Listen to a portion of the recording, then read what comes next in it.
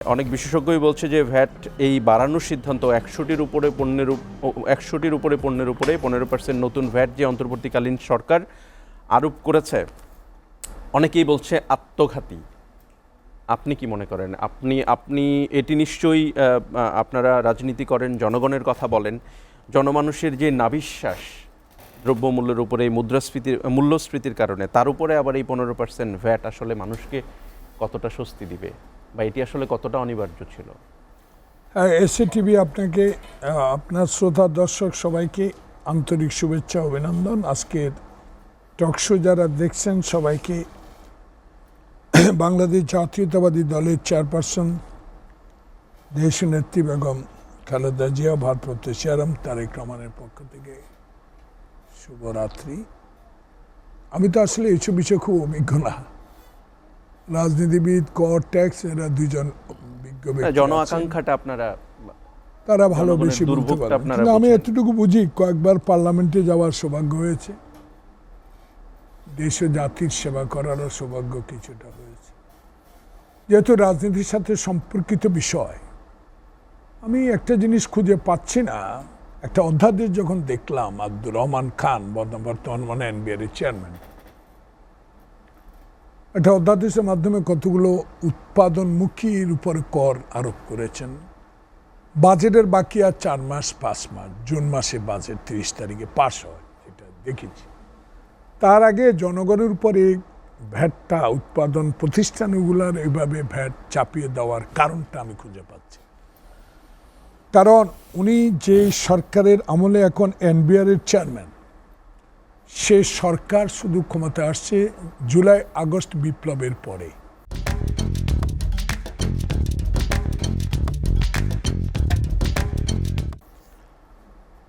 জনগণের প্রত্যাশায় সরকারের উপর বিগত দিনের অত্যাচার, অবিচার, অমূলক মানুষের উপর কর ধার্য করা বিষয়গুলো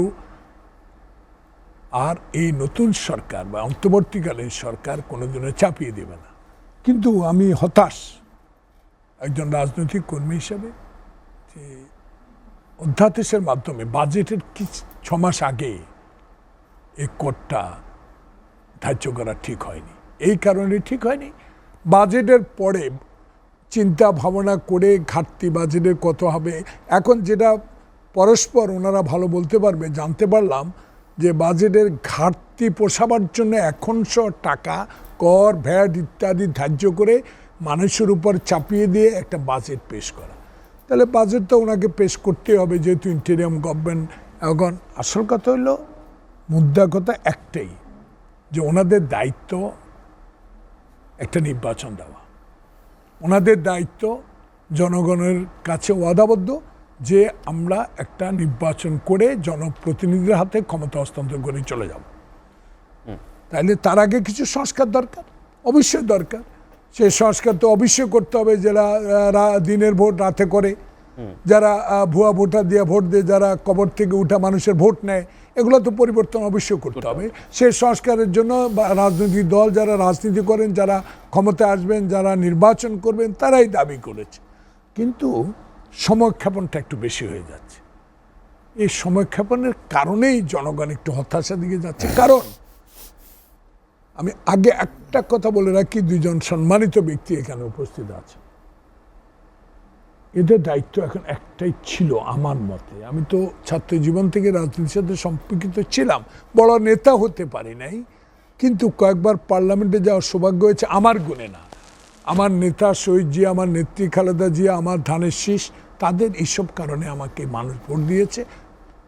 এই জন্য আমি বলতে চাই যে এই সরকার যদি আজকে হারুনকে গ্রেপ্তারে আওতা আনতে পারত, যে হারুন নির্বাচিত সংসদ সদস্যদেরকে পার্লামেন্টের সামনে পিটিয়েছে, আজকে এই সরকার যদি শেখ হাসিনাকে ইন্ডিয়া থেকে আইনে এখানে আইনের আওতা আনতে পারত, তাহলে মানুষ মনে করতো না এই সরকার কিছুটা কাজ করতে পারবে। এই সরকার যদি বাংলাদেশে যারা অরাজকতা সৃষ্টি করছে তাদেরকে বিচারের আওতায় আনতে পারত, এগুলো যদি না এনে এখন করের বোঝা চাপিয়ে দেওয়া হয়, তো মানুষ তো এটা গ্রহণ করবে না। আমার মতে যে সরকার সংস্কার করুক, কিন্তু এমন সংস্কার করেন না যে সংস্কারের কারণে নির্বাচন প্রলম্বিত হবে এবং আওয়ামী লীগ স্বৈরাচারের প্রেতাত্মারা যেভাবে সচিবালয়ে আগুন দিয়ে এই সরকারকে অস্বস্তিকর পরিবেশে নিয়ে যাওয়ার একটা প্রতারণা চালিয়ে যাচ্ছে, তারই পুনরাবৃত্তি যেন না হয়।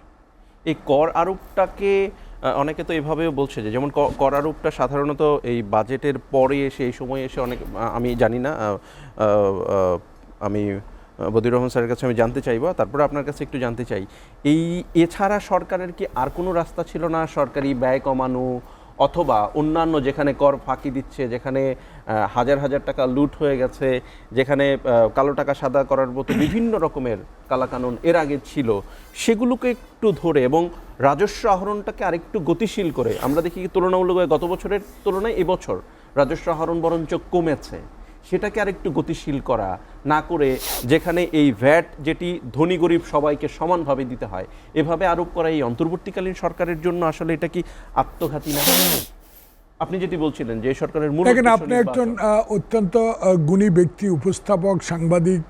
আমি তো আগে বলেছি যে আমি এই ভ্যাট অর্থনীতির উপর আমার এত অভিজ্ঞতাও নাই, কিন্তু একটা বিষয় যেটু লেখাপড়া পত্র পত্রিকায় ওনাদের বক্তব্য আমরা যেটা শুনি, সেটাতে মনে হচ্ছে যে বাংলাদেশে যে কর বাড়ানো হচ্ছে, যদি হাজার হাজার কোটি টাকা যেসব লুটপাট হয়েছে, পাচার হয়েছে, এবং একটা কথা বাংলাদেশে খুব চাউর হয়ে গেছে যে